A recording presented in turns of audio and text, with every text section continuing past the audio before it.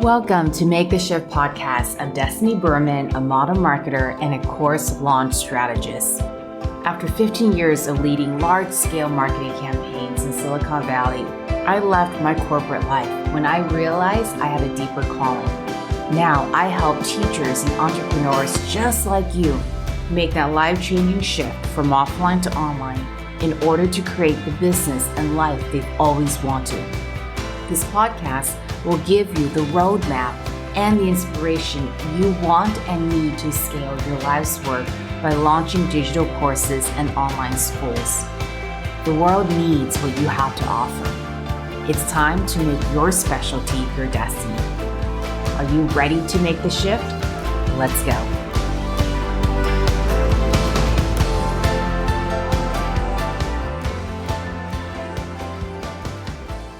Hello, and thank you for tuning in today.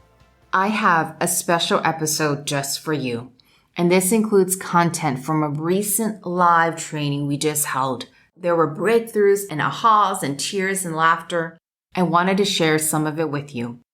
And we are going to look at how launching your next digital offer, bringing your next digital offer into the market looks differently for everyone. Now, what you want to focus on in your first course launch is typically different than your third, fourth, or fifth. So the key thing to remember here is to take action so you can get started. And no matter where you're at, you won't be able to make the progress that you want and realize your dreams if we don't get started.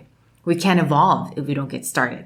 In the second part of this episode, you're going to hear live Q&A coaching sessions between me and two business owners who are in different stages of their journey. I hope you enjoy. I wanted to talk about the entrepreneurial mindset. So this is something that comes up often because it's easy for us to feel like, oh, well, maybe I'm starting a little behind, right? Maybe my colleagues already have a course, or why didn't I start this before? And so something that I've noticed is that no matter where we're at, maybe we wish we would have started 3 years ago because we hear a lot of that, or even 6 months ago, but we can't grow unless we start based on where we're at today. And to know that as an entrepreneur, this is all about getting on path, getting in the game, and to really own your experience and to take responsibility for your path. So we can choose to feel, okay, how come I didn't start? I wish I started. I wish I was further along.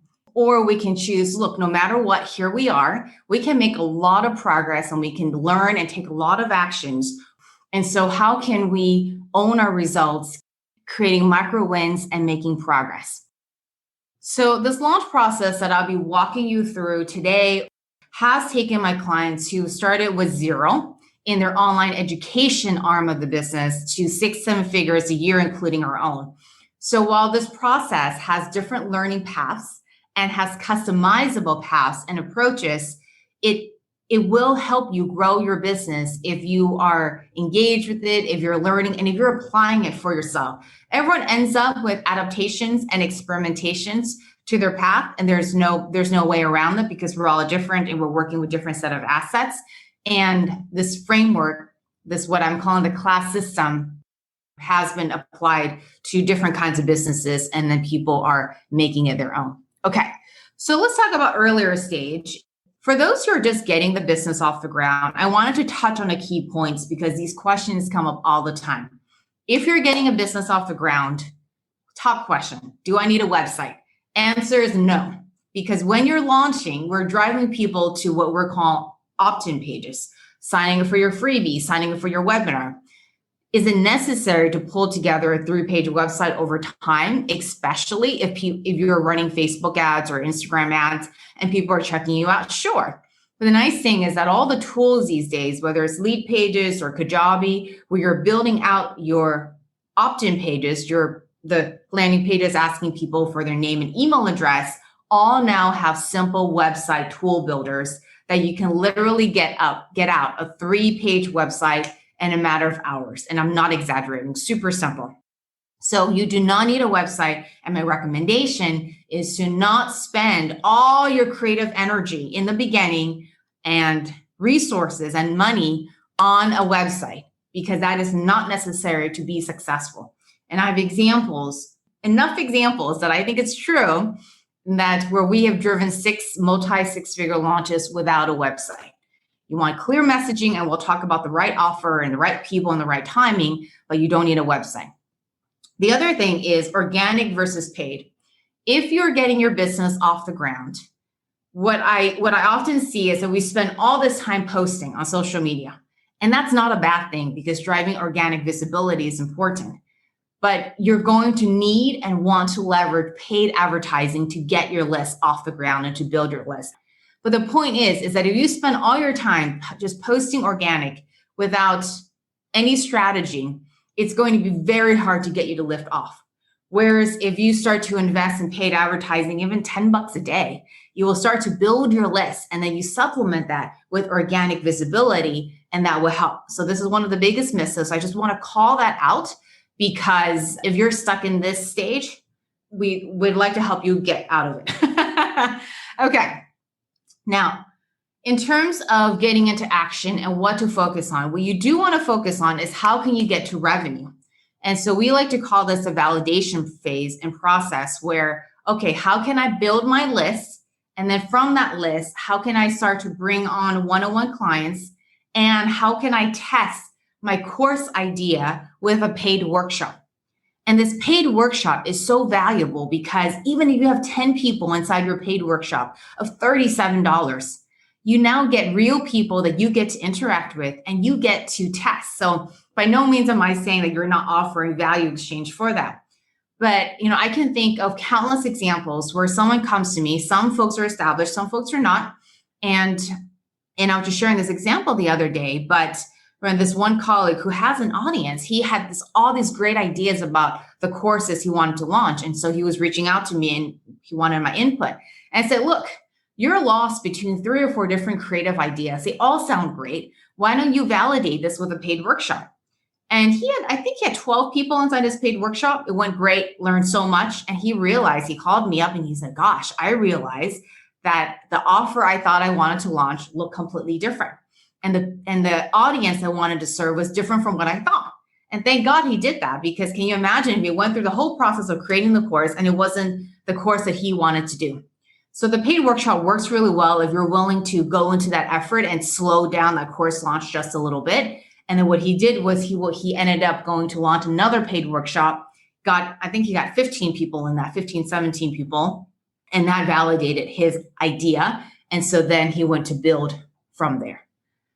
So something for all of you to keep in mind if you're newer stage, and if you want to, if you're lost in one or two, let's get out of that phase and get you into monetizing with one-on-one revenue and also validating with a workshop.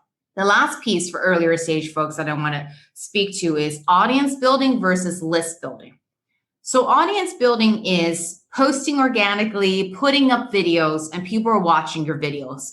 Facebook, IGTV, YouTube, posting on Pinterest and getting website traffic. That's great. But audience building versus your email list, where we're going to use that as a channel to drive conversions, is very different. Meaning, if you're only audience building and putting up videos, but there is no way to get people's email address, you've lost out on 70% of this conversion path, because we can't market to people until they're on our list. Yes, we can target our video views with ads, and that's great. But the reality is that it's your email list that is going to drive the conversions and drive the revenue. We're using ads to supplement, and we're using video views and audience building to strengthen, but we need an email list. And so for those of you who are putting out content without a clear conversion funnel, we'll want to look at that and make some shifts. It doesn't have to be big tweaks, but it's really important. Okay. So for those of you who have a business, and when I say have a business, I'm typically talking about 2 different groups. Number one is you working one-on-one with clients. So we have a lot of therapists, we've got psychologists, we have specialists like fertility specialists, we have relationship coaches, we have tax professionals, we have IT professionals. You have customers and clients that you're working with one-on-one, or you have more of an in-person brick and mortar. So even before COVID, you own a center, you're leading retreats, you have a studio, both brick and mortar and one-on-one, both of you have a business where you have clients and customers. We even had a woman reach out to us she actually owned a boutique. She owned a clothing store and she wanted to launch a styling program to her customers. And she was asking me which bucket she fell in. I said, you have a business. You're looking to launch an education arm to your business, but you have a business. You're in the established category. And what you want to do is to list out all your revenue drivers inside your business today. So how are your clients paying you? How are your customers paying you? Now, for those of you who have been leading trainings and retreats, you'd be surprised at how we can take that format and transition that over to an online program.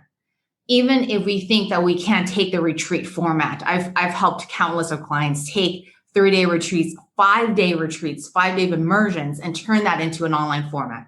So you want to take a look at your biggest revenue drivers and see, okay, which ones have been making me money, that have proven demand, that have proven need, that I am excited about. I'm excited about to turn that into a online offer. And we can get very creative. If there's any doubts around, well, I can't do this in person. We have folks who have nature-based programs that we've turned into digital. We can get so creative here. It is not an issue. But you want to take a look at that for yourself. Now, if you're working one-on-ones, typically what happens is that content comes out of the one-on-one. So there's recurring questions that are coming up among all your clients. And there are folks who are just asking the same questions. You're seeing themes. You're seeing what foundation is needed across all your clients in order for them to move forward. And that will inform what your online content can be. Now, the other thing I wanted to bring up here is online versus in-person pricing. They do not have to have as big of a gap as you may think. So if you're thinking, well, if I took my $1,000 training or $1,000 retreat and I turn that into a online, do I need to price that significantly less? And the answer is no. When the world had to shift to virtual events, what we saw as entrepreneurs is that a 3-day virtual event drove the same results as a 3-day in-person. Sure, we don't get all the people in a room, but the reality is that you don't necessarily lose that level of potency from being online, that you have to adjust the pricing as such. So something to keep in mind comes up all the time. Now, the beautiful thing about turning what you're already doing today with your existing clients or customers, even if it does not seem obvious, is that you get to monetize on people and serve your existing customer base. And they already know you, they already trust you. And this will then inform the messaging for you to grow your audience to new people. And also the other just winning factor here is that when you're building your online leg of the business, whether you're a tax professional launching a education program, you're a yoga studio owner, yoga teacher who's launching an online version of your in-person teacher training, they feed both aspects. The folks who are coming through your in-person will eventually want to step into your digital because they want the recorded content. And the folks who are coming through digital will want to step into your in-person. It feeds each other. I've done this so many times with clients and it's super exciting. We have a client who has a weight loss clinic and she's figured out digital scales. Like, it's incredible what people do when they get resourceful and creative. Okay. Questions and shares around your vision. And then also even more specifically around if you have a business, are you seeing if there's certain offers that you can convert over in terms of your digital program? If you have any questions around that. So Eileen, let's start with you. So my question for you, or I guess just a little bit about me, is that I just launched my, third official online program. Great. I did a couple in the past. Okay. I'm a meditation, mindfulness, yoga instructor.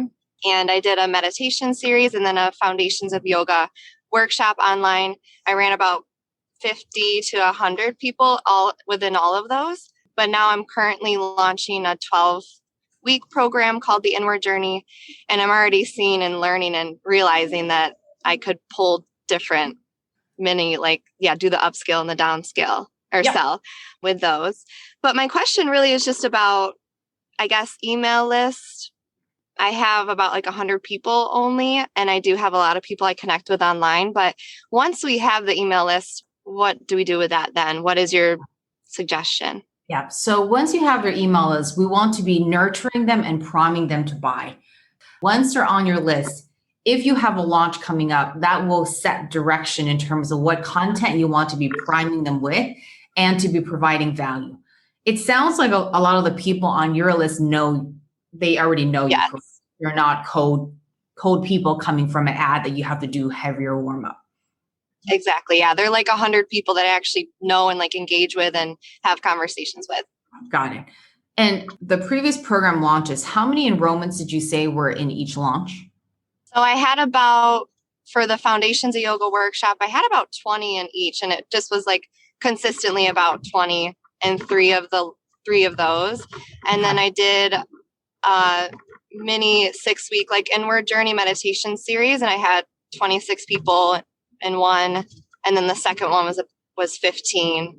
Okay, great. So it kind of was fluctuating, no steady increase. Okay, no, all good. I was just trying to understand your conversion rate off your total list. So were you marketing to all 100 people for each of those launches? Yes, yes. And then people on Facebook that were not in the email list, some of them came from that too. So really, you're approximately, even if some of them came from social, you're around a 20% conversion for your list size, which actually makes sense for organic because these are folks who know you, they're totally warmed up. If we're bringing new people on, the conversion rate is a lot high, it's a lot lower, but the idea is that we're getting more people on your list. So you have this launch coming up. What I would do is, since your people are people warmed up to you, I would be priming them more to buy versus heavy duty nurturing, meaning offering more value. So if we think about what your folks are needing in terms of the gaps and the pains and the problems that they are facing with where inward journey is going to be meeting them there, those are the topics that you want to bring up into your nurture content in that pre-launch heading into the launch, because that's going to get people thinking about it and that's going to be priming them. New people coming onto the list, ideally, the way we teach it is that you have a weekly nurture sequence that is providing value, staying top of mind so that they're seeing your name frequently and consistently enough so they still know who you are. And then when you head into the launch, that nurturing and priming will get busier and more concentrated. And so when is this next launch? So I've already launched and I have a few people signed up. It's only 7 people, but I'm still really proud of myself because that's huge, right? And that starts in mid-May. So I'm in like the middle of my launch right now. I see. And my goal was just 10 people. Got it. And the price point is what? It was on sale for $7.99, but then now it's up to $9.99 for 12 weeks. Yeah. And then your previous launches, what were the price points of those offers?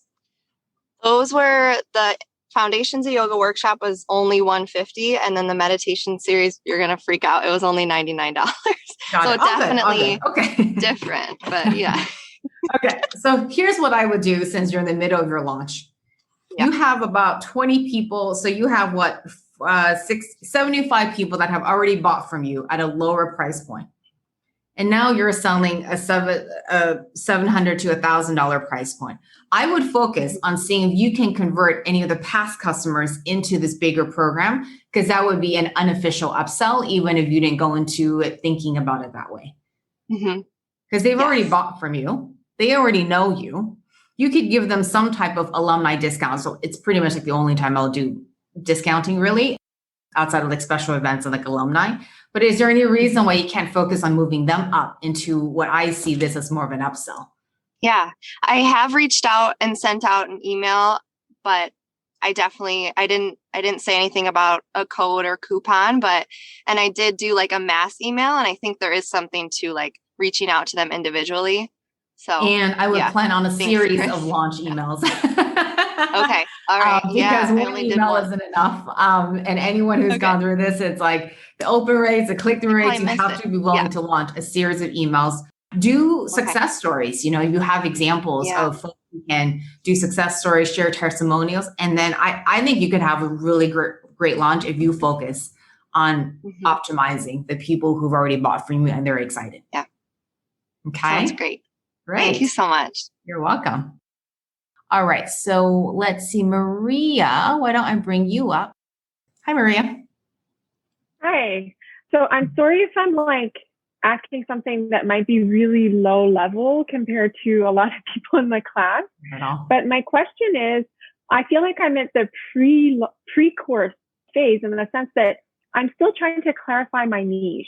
Like I know I want to do something within yoga and mental health, but that's super broad.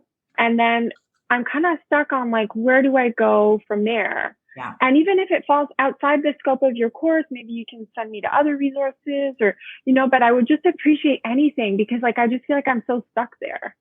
Let's just talk a little bit more about how you even arrived to yoga and mental health. How do you know that in this realm is where you want to be in?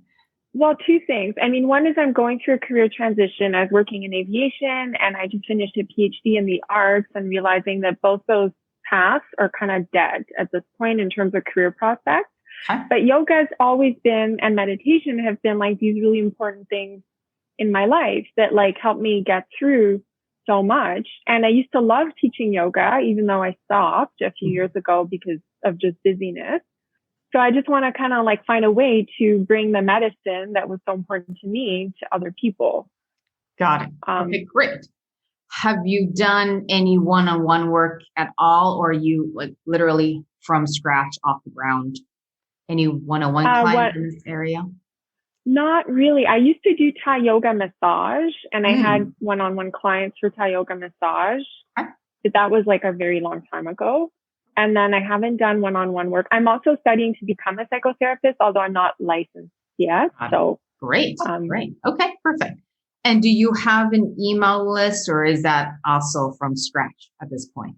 It's totally, like beginner. Okay, great. So you know that you want to be in yoga mental health because it has transformed your life. So you want to identify the you before, so how your life has changed between the moments, the experiences, between the epiphanies. So the you before 3-5 years ago. And I would write out specifically what the you before looked like. And then you want to write out the transformation that you had to go through in this process and what you learned and why you're here wanting to help people and guide people in this way. Then I want you to write out the needs that you see in someone like yourself. Like, what did you need when you were facing your struggles and needing to change, right? Was it that stress level because you were going through a big family shift, a relationship shift? So you want to write down those needs. And then that workshop idea is going to come from seeing a gap in the market. So that's really where you want to look. And I have a feeling you're not that far, but that's where I would start pinpointing for your workshop validation. That is like such amazing advice. Yeah. Thank you so much. I'm actually going to soul search and like really brainstorm each point and then trust that, answers will emerge. So yes. Thank you. Exactly. Of course.